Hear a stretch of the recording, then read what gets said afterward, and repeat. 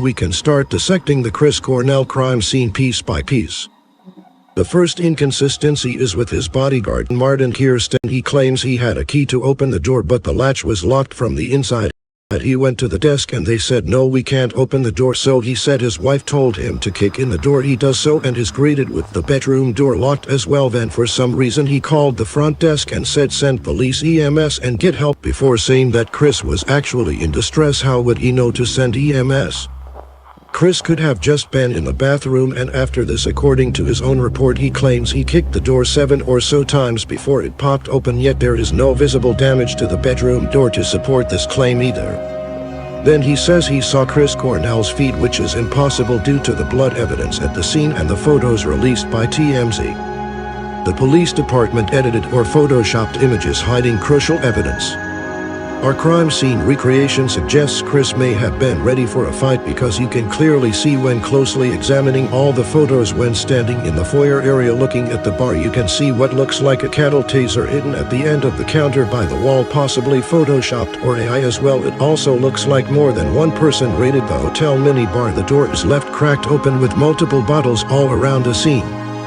Moving into the bedroom, on the left bedside table, a gun and bullets, also what looks like brass knuckles that get flipped the opposite way in one photo.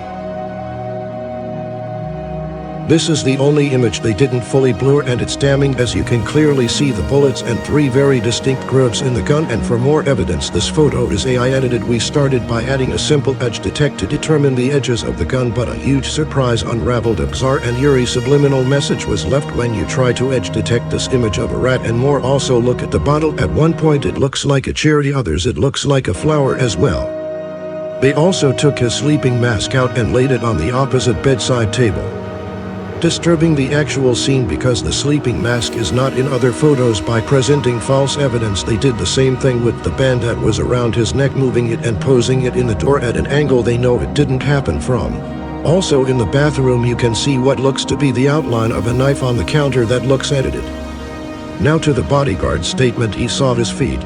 This quickly gets debunked as the blood shows Chris Cornell's head was leaning on the floor at the baseboard inside the bathroom with blood reaching the ceiling, meaning he couldn't have saw his feet unless somebody else was in the room before him, and Chris could not have let himself down in a controlled manner like the blood suggests. And the door, somebody would have had to have been pulling the cable from inside the bathroom because the door was never shut, and the only blood on the door itself was on the outside of the door leading into the bedroom. And based on our crime scene recreation, it looks like Chris Cornell was forced into the tub, shot in the back of the head with a low-caliber weapon that would not fully pierce the skull through and through. This was most likely a professional hit that went amateur really quick, because Chris was not dead and crawled out leaning over the side, dripping blood as found in the drip pattern on the side of the tub. He fell out and scribbled a handprint with the initials of his killer on the palm in the shape of a gun in the blood and crawled away, effectively hiding it in the scene. The killer must have came back in the bathroom and dragged Chris to the door where you can see the blood here. He hung him like this between the crack in the door, as you can see chips in the paint where his foot was pushing the door, then let his body down in controlled increments. We don't think the gun was ever meant to be left at the scene. It's only because Chris Cornell fought back and caused the killer to panic it was left.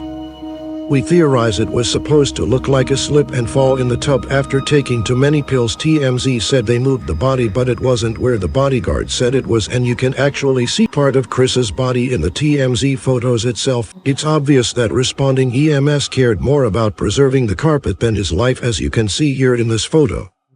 They hid the cardboard on the bed that was not in any other photos. We assume they put it underneath his head when they moved his body. This is the photo Cornell can partially be seen in that his family actually sued over TMZ releasing.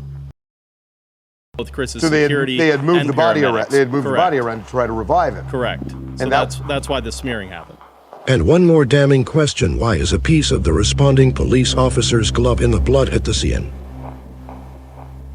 Finally, in the bodyguard's statement, he said a woman I thought was a doctor called the time of death. That is proven to not be true. In the EMS recording, it was a male EMS responder that was asking them to pronounce him dead over the radio right after he said he had a pulse of 17/39. Now why on earth, if they managed to get even the most faint of a pulse after fracturing 9 ribs, they did not rush Cornell to a hospital? We don't know. 84 Alpha 142 receiving. Loud and clear, go ahead. Come on scene with a 53-year-old male, pulseless and happy on arrival of crew.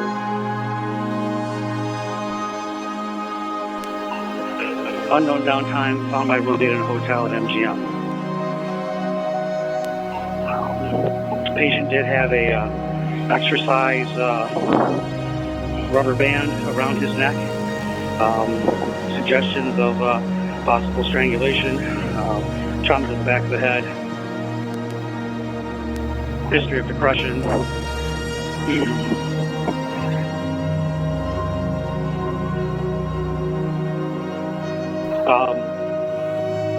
Patient is cooled with a touch in all areas at this time. Pulse has been on scene over 30 minutes at the time. But he is on a car.